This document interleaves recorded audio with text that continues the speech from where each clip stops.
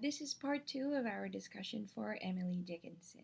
So, if you look at the slide, if there's anything that comes at you right away when it comes to her poetic style, it would be these two things. So, the first one is that she doesn't capitalize letters the way that normal people do.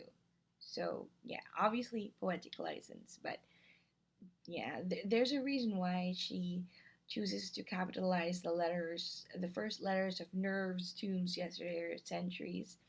And the reason is unknown.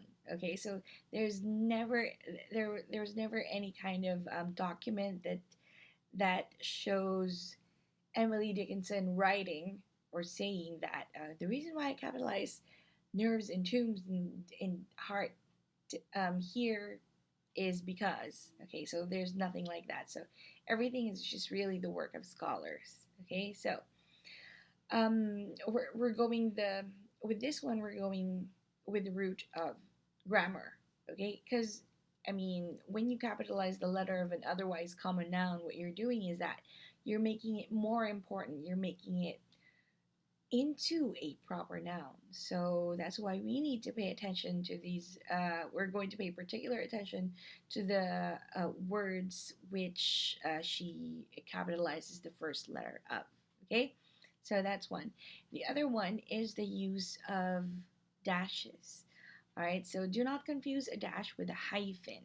There are actually two kinds of dashes. You have the N dash and the M dash. Okay, so a hyphen is smaller.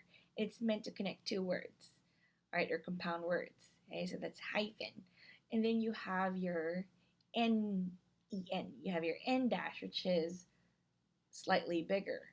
Okay, and the N dash is mostly used to um, connect two words that are already connected by a hyphen to another pair of words that are connected by a hyphen, and also to if you have a phrase that's a modifier, and you want to connect it to that noun, you use an N dash. Okay, then you have an M dash, which is longer than an N dash. And the M dash is there to indicate pauses. Okay, so that's an M dash, right? Um, yeah. All right. So anyway, yeah. So that's why when you see, so that's why when you see a dash at the end of a line, you pause in the reading of it. Or you could always also read that as the persona taking a deep breath and just pausing and reflecting, because this is a poem that covers great pain. And when we say great pain, this isn't anything that that kind of hurts you for a second and then you get over it. All right, when you say great pain, you don't get over it. It wounds you for the rest of your life. You just learn to live with it. It's not something that you can get rid of or move on from. All right, so it could be anything really. I mean, the pain threshold of people are are different. There are people who could easily get over a breakup, but when a friend betrays them, you know, they'll never get over.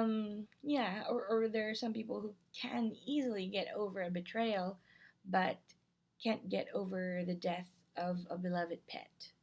All right, so there's that. Okay, so think of that one defining painful moment that has stayed with you um, in your young life. So just put that here.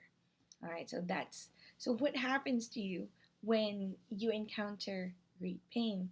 So the persona says a formal feeling comes. So when you become formal, there's a sense of coldness, numbness. You become numb.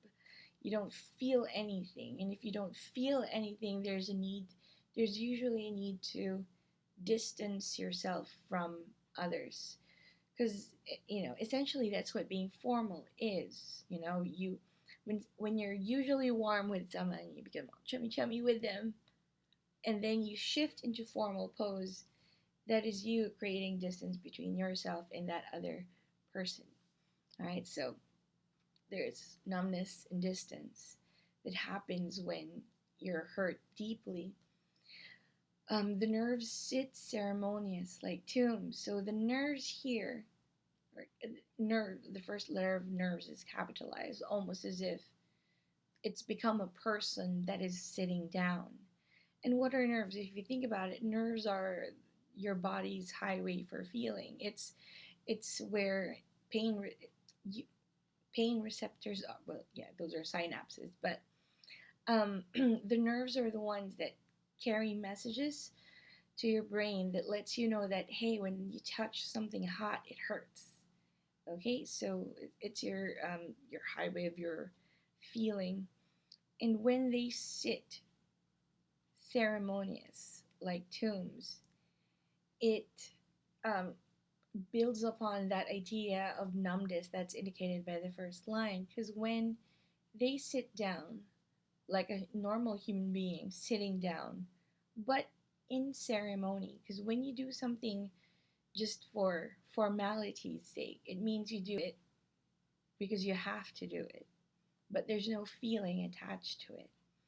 All right, so you're sitting there because you have to, but there's no feeling in there. So you're sitting there like a tomb. And if you imagine what tombs are, they're still, they're very still things. They're made of stone, still, heavy.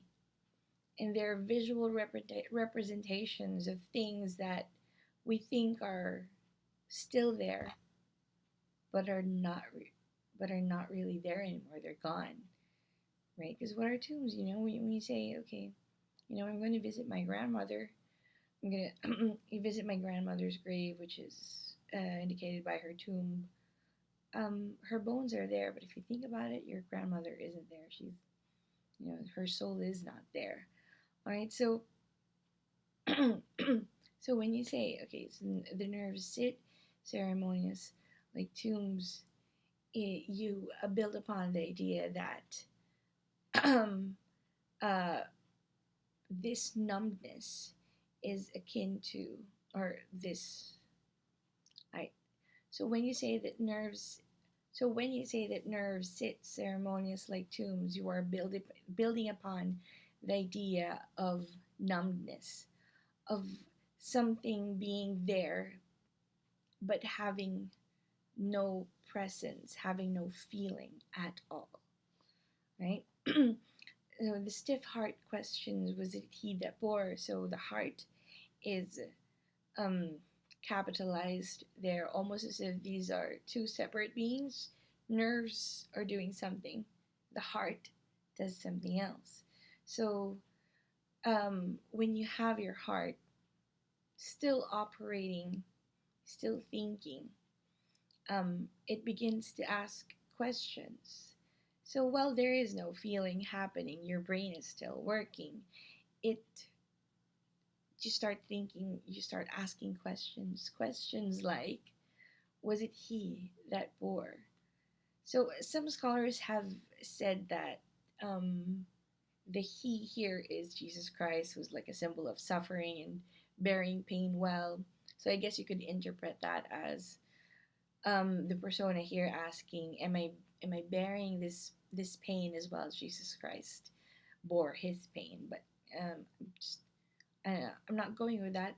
What I am going with is the separation of nerves, heart, and he as, you know, three separate entities. So the reason why I'm going with that is um, because of the idea that when something hurts you deeply, your insides scatter into pieces. So instead of what being one whole person, your nerves become something else. It does whatever it does.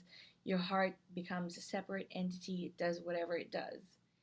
And then when it does ask the question, was it he that bore it? The he here is a separate entity from the heart. it's part of that one whole being that the heart and the nerves were part of. So it essentially it's asking, did you, did I, did I really bear that much pain? Did it really happen to me? Um, and then we have the next line, yesterday or centuries before you have the persona not having any sense of time. So meaning, did it happen? Did this great pain happen just yesterday? Or did it already happen centuries before? I can't tell anymore. Um, because if it just happened yesterday, that means the wounds are fresh, so it still hurts. But if it happened centuries ago, the wounds aren't fresh, but it also means that you've been carrying it all your life, like Snape with Lily, because when he asks after when Dumbledore asks after all this time, and then Snape says, "What does Snape say?" He says, "Always." All right, yeah. So that kind of pain, you carry it. So either way, whether it's fresh pain or something that you've carried all your life, it's still pain. It's still carry it.